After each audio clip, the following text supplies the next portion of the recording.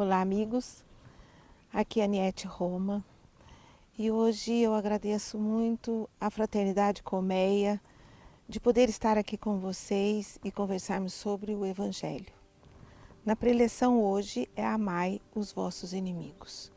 Mas agradeço muito a presidente da casa, Célia Carpes, e todos vocês, amigos, mesmo de outras casas e que estão aqui hoje para ouvir o nosso Evangelho e o que eu posso trazer para vocês.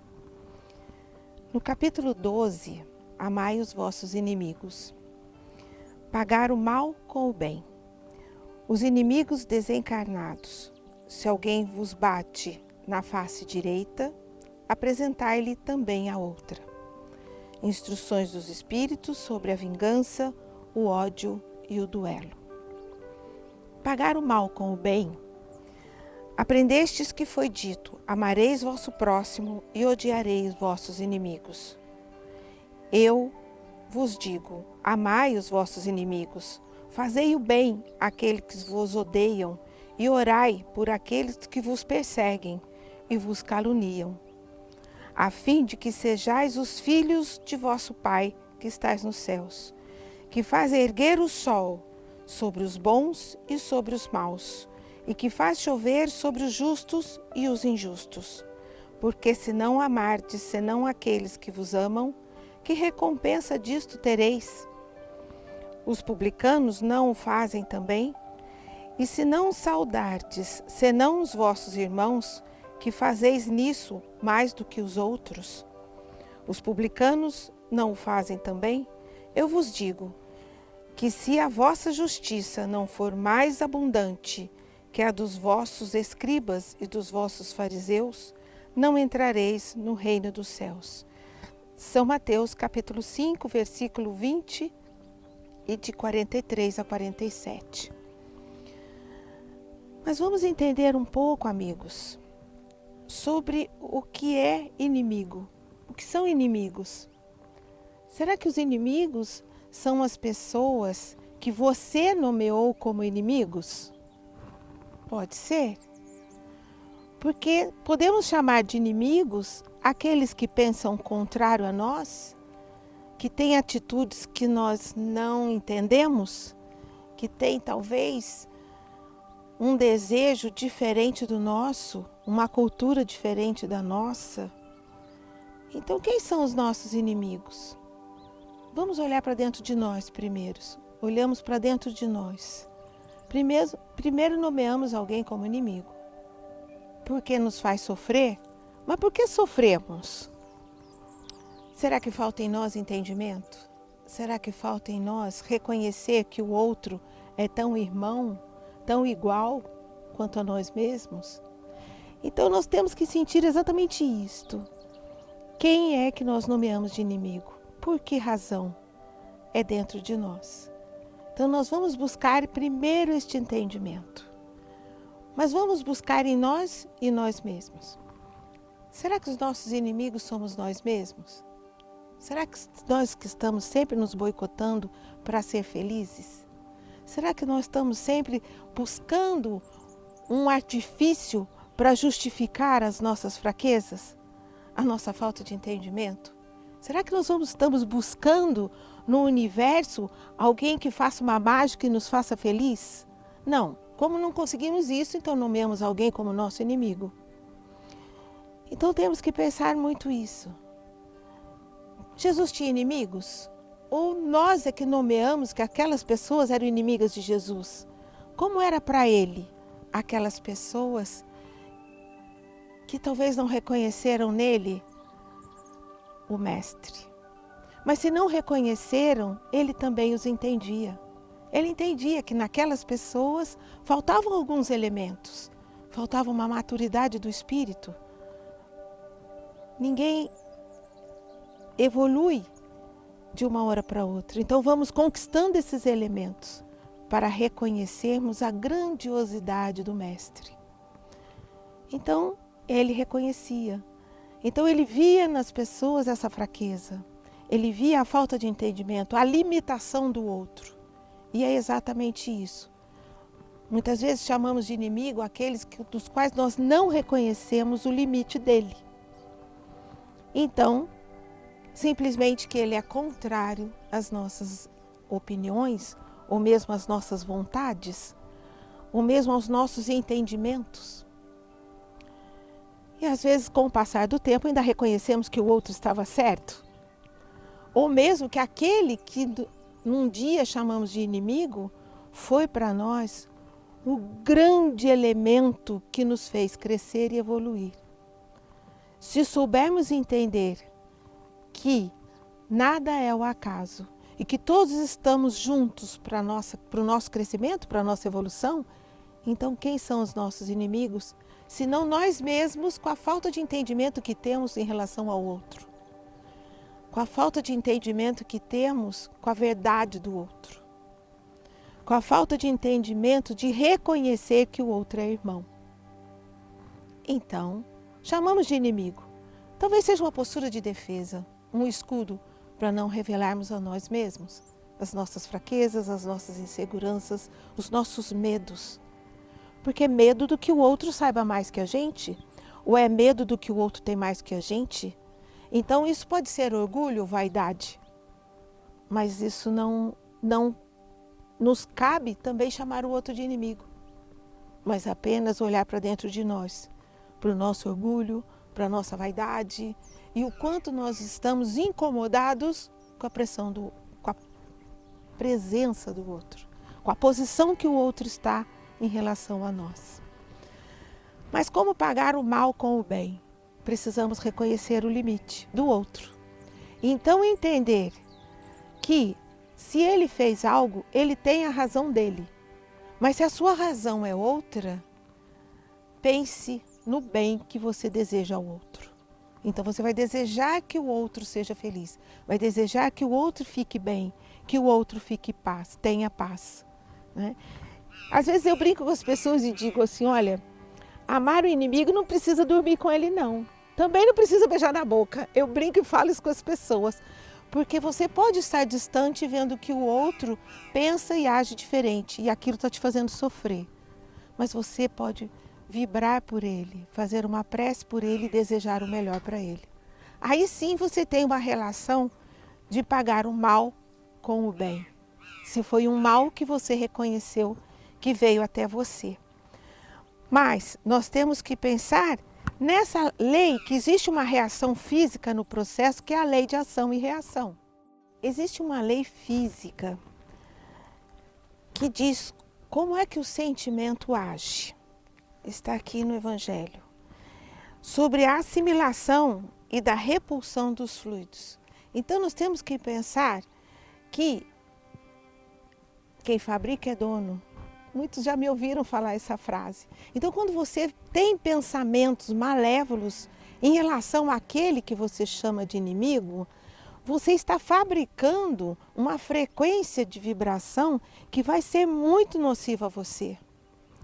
E de repente o outro nem está sabendo daquilo, mas vai fazer um mal muito grande a você. Assim acontece também o contrário. Quando você vê uma situação que é contrária ao seu entendimento, aos seus princípios, às suas razões, gere um pensamento bom para aquilo.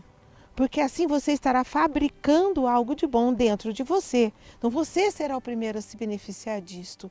E aí você irradia para aquela pessoa do qual você sente que está irradiando algum mal. Então você vai neutralizar este processo. Porque ao mesmo tempo, quando você irradia amor, você compreende o outro. Isso são os passo a passo para um perdão. O perdão é manter-se doando amor para o outro. Mas para você chegar nesse momento do perdão, existe um trilhar de virtudes dentro de você. É reconhecer o outro, reconhecer o limite do outro, ter entendimento da situação, ter compreensão do outro, trazer o outro dentro do seu coração. Aí então você tem os melhores pensamentos para o outro. Isso tudo é o caminhar de uma palavra chamada perdão. Perdão é perdoar, manter-se doando amor para o outro. Haja o que houver. Então, esse processo é uma lei física de energias dos quais você tem um pensamento malévolo ou benéfico, mas o primeiro beneficiado é você mesmo. E temos que sentir, amar os inimigos não é, pois, ter para com eles uma afeição que não está na natureza, porque o contato de um inimigo faz bater o coração de maneira bem diferente do que de um amigo. E se não ter contra eles nem ódio, nem rancor, nem desejo de vingança, é perdoar-lhes, sem segunda intenção e incondicionalmente, o mal que nos fazem. Então, esse processo é fundamental o entendimento. Porque o amigo você entende, o amigo você compreende, o amigo você aceita. E quando você tem afeição por uma pessoa, você aceita até os erros dela. Ou melhor, às vezes você nem vê erros nela. Então, os laços de afeição, muitas vezes conquistados em vidas anteriores, se mostram nessa existência como reconhecer um amigo. Então, são laços que mantêm a amorosidade no nosso coração. Contrário àqueles que muitas vezes já possam ser adversários até de vidas anteriores. Então, vimos juntos, estamos juntos, para que a gente possa, então, crescer e não mais existir a adversidade. Às vezes, amar o inimigo parece absurdo para o incrédulo, mas para quem a vida presente é tudo, não vê no inimigo senão um ser nocivo perturbado a sua tranquilidade, e do qual crê que só a morte pode livrá-lo. Daí o desejo de vingança, que tem nenhum interesse em perdoar, se isso é para satisfazer o seu orgulho. Aos olhos do mundo, perdoar, mesmo em certos casos, lhe parece uma fraqueza indigna de si, senão se vinga, não lhe conserva menos rancor de um secreto desejo do mal. Então, a vingança é por si só a falta de entendimento, por si só a falta de aceitação do processo. Então, fica uma marca no coração que vai ficar difícil amar. Tem que partir para o entendimento. Mas um doce coração é capaz de transformar este coração para o entendimento de que o amor existe. Muitas vezes uma criança, quando chega perto do coração de alguém que traz algum rancor, ela tem a capacidade dessa transformação desse coração. Ou mesmo, às vezes, um idoso, um sábio, que diz uma pequena palavra, mas ele toca o coração. Então existe um momento certo daquele coração se abrir para o entendimento e para a aceitação das verdades do Cristo, que é o amor. E o que seria a raiva? A raiva é um sentimento perturbador, é a não aceitação. Então, você pode às vezes ter entendimento da situação, mas você diz, eu entendo, mas eu não aceito. Então, esse processo que pode partir para a vingança e pode partir para um duelo. Mas quando você começa a ter entendimento e aceitação do processo, o seu coração vai se tornando mais sereno. Então, nós sentimos que essa não aceitação se dissolve. Porém, às vezes, a situação passa a ter um aspecto crônico, dia a dia, você alimentando com os pensamentos. O que vai acontecer? Ele vai se transformando num processo de ódio, que é uma emoção profunda, muito profunda no coração. E aí você vai precisar de um trabalho chamado caridade. A caridade começa com você mesmo, quando você traz para dentro do seu coração você buscar o seu bem, o seu conforto, a paz dentro de você. Então, ser caridoso, em primeiro lugar, é com você. Limpar este coração, tirar esse sentimento que tanto te aperta, te angustia, te tira o sono, põe para baixo. Não pode. Então, limpar o ódio do seu coração, aí você olha para o outro com entendimento, com aceitação, com compreensão e transformando. Mas é dentro do coração. Então, por isso eu digo, nosso primeiro inimigo somos nós mesmos. Né? Somos nós mesmos. Às vezes a gente fala, ó, Deus te livre de você. Porque muitas vezes somos nós que estamos causando tudo aquilo. Somos nós que elegemos o outro inimigo. E aí como fica? Mas e no processo de desencarnados e inimigos desencarnados? Sabemos que temos muitas existências, muitas encarnações. E muitas vezes nem todas as pessoas nos compreendem. Nem todas as pessoas nos aceitam. Nem todas as pessoas conseguem olhar para nós como nós somos. Mas o olhar dela é com os elementos que ela tem, com os elementos que ela possui. Então, muitas vezes, temos um olhar errôneo em relação às pessoas, porque nós conseguimos ver apenas uma face dela. Nós não sabemos quem ela é no todo. Até porque guardamos na intimidade o que realmente somos, não é? Nos revelamos muito pouco. Revelamos apenas em algumas atitudes, manifestamos o nosso eu no que executamos. Porém, para nos conhecer na intimidade é Deus. Então, como nós vamos julgar o outro? Jamais, jamais. Nós conseguimos ver apenas uma face do outro. E muitas vezes essa face que vemos, já julgamos, já criticamos, já condenamos, já nomeamos como inimigo. Então, isso gerando, e muitas vezes a pessoa que tem ódio por um, ela não tem ódio por um, ela tem ódio por muitos. Porque aquela emoção de ódio intenso, profundo, é dentro do coração dela. Então, quando ela chega perto do outro, ela já sente que o outro é uma ameaça, seja ele quem for. Então, ela gera uma insegurança muito grande, um medo muito grande da pessoa, e qualquer um que se aproxime de perto, próximo a ela, ela vai sentir uma ameaça.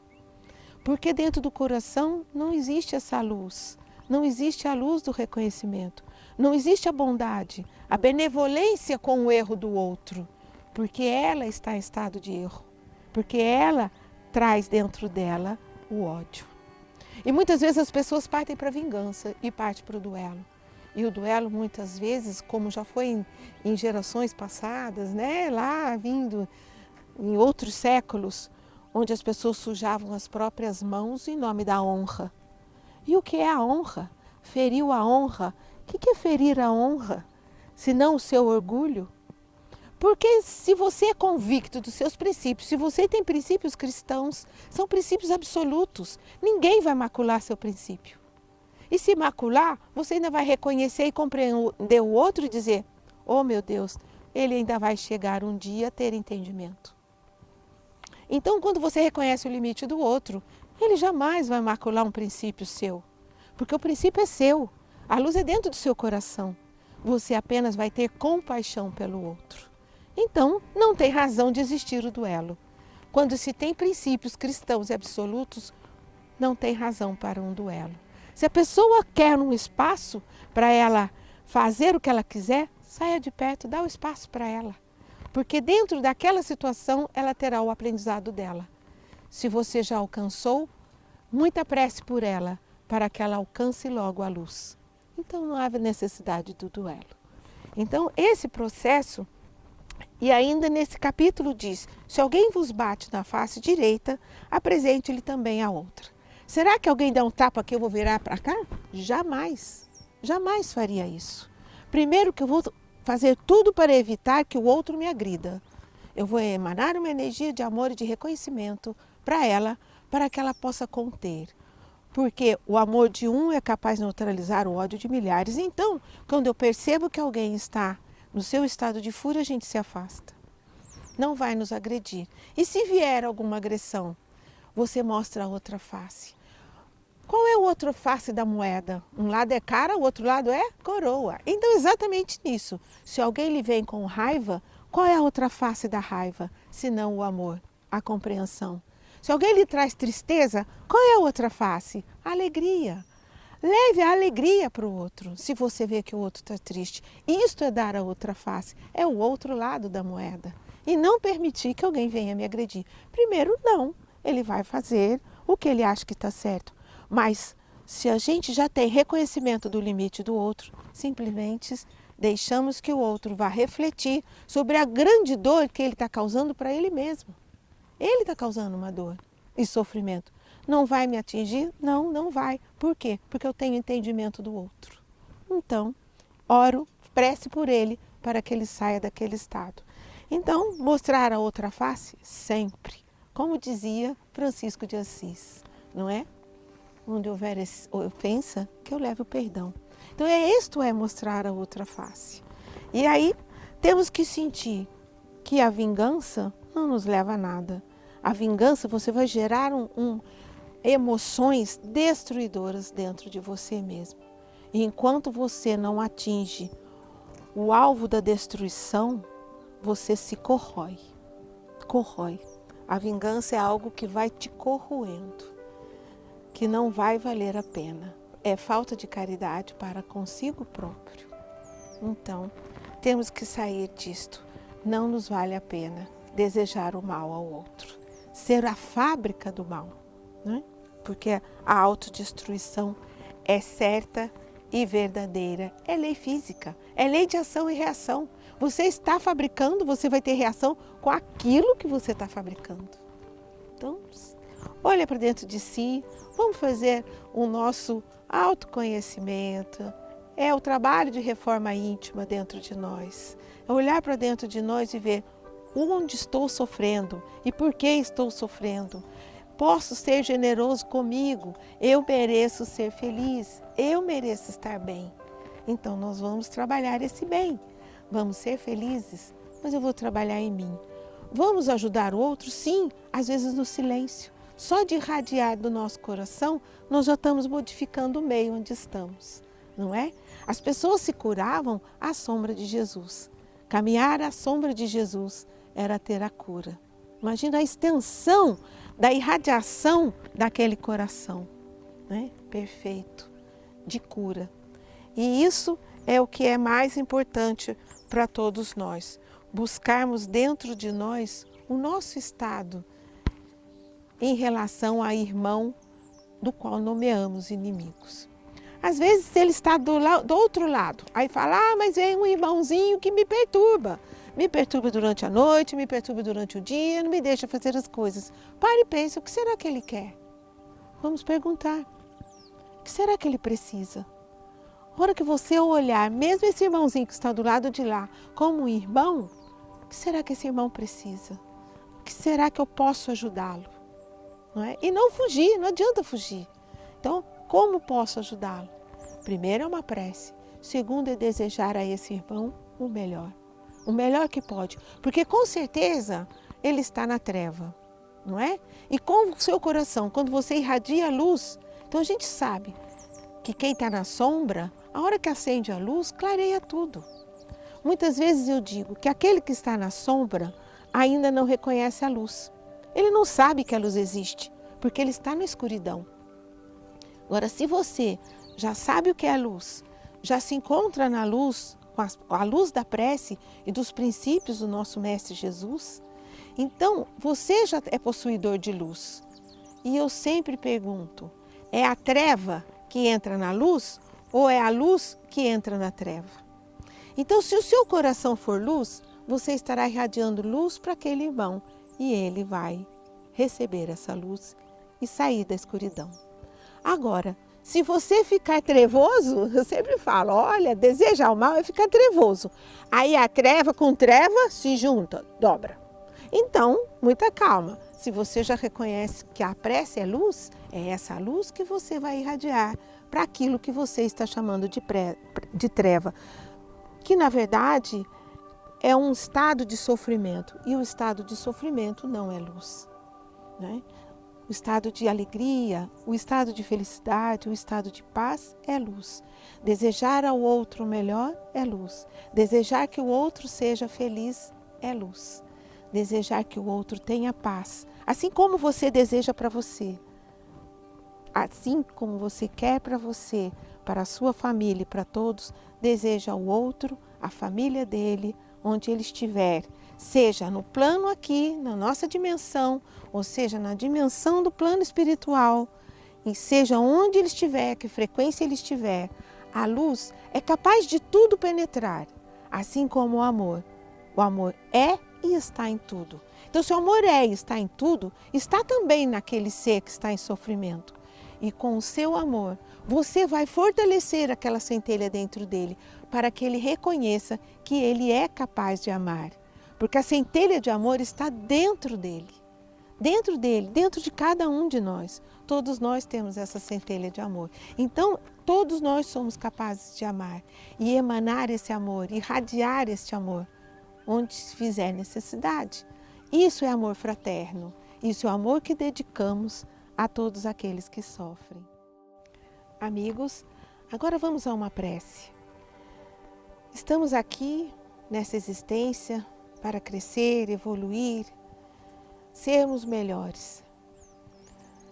E é isso que o Pai espera de nós. É isso que os amigos da espiritualidade que acompanham a nossa jornada, comemorando com a gente quando nós conquistamos uma força dentro de uma virtude, ou mesmo trazemos para dentro do coração um princípio do Mestre Jesus.